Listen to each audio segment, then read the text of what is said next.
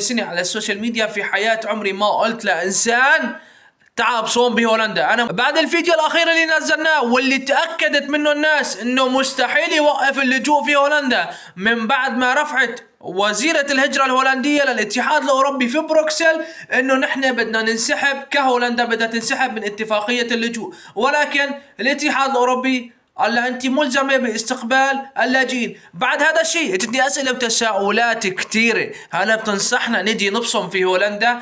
شو نصيحتك إلنا؟ أنا حبايب اسمعوني للأخير، هن كلمتين. أنا في حياة عمري صار لي سنة على السوشيال ميديا، في حياة عمري ما قلت لإنسان تعال بصوم بهولندا. انا محتواي للناس اللي عايشه في هولندا. المهم اسمع مني هالكلمتين، اذا حبيت تبصم بصوم، اذا ما حبيت تبصم هذا شيء يخص مستقبلك وحياتك. شوف يا حبيب، مو معنات انه ما وقف اللجوء في هولندا انه ما ضل ازمه او ما ضل تاخير او ما ضل فتره زمنيه معينه كتير الناس عم تستناها، فتره زمنيه طويله كتير الناس عم تستناها. شو اللي عم تستناه؟ يعني كانت باصم جديد اليوم، نحكي بتاريخ اليوم، شو تاريخ اليوم؟ 19/9 19/9 مزبوط.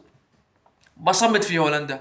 بدك يا حبيبي تحط بعين الاعتبار من سنة ونص لسنتين لتحصل على إقامة، بدك سنتين لتاخذ إقامة. هلا الناس عم تساوي المقابلة الأولى وبعدين بتجيها المقابلة الثانية، يعني وحتى ما عم بيجي الرد بالسهل. 6 7 شهور 8 شهور الناس عم تستنى الرد وما عم بيجي الرد. ما ضل مثل أولي، الحكاية ما هي مثل أول. يعني بدك تحط في بالك إذا خرطت مشطل للاي ان دي وبالقصة اللي أنت قدمتها، بغض النظر عن سوري عن يمني، انت رح تاخذ لجوء، ولكن ما في فترة قصيرة ابدا. يعني رح تجلس في الكامب فترة معينة من السنة ونص للسنتين لتاخذ اوراق. يعني نعتبر على السنتين اخذت اقامة.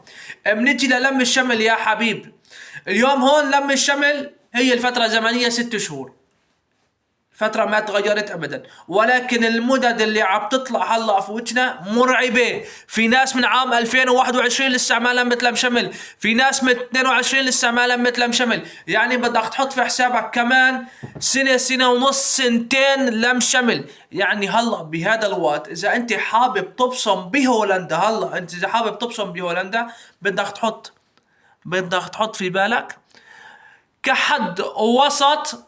إذا ظلت الأمور على حالها وما حصل تغيير في اللجوء بالأيام، بدك تحط في بالك يعني من 3 سنين ل3 سنين ونص. هي إذا إنسان حظظت معه من الأخير.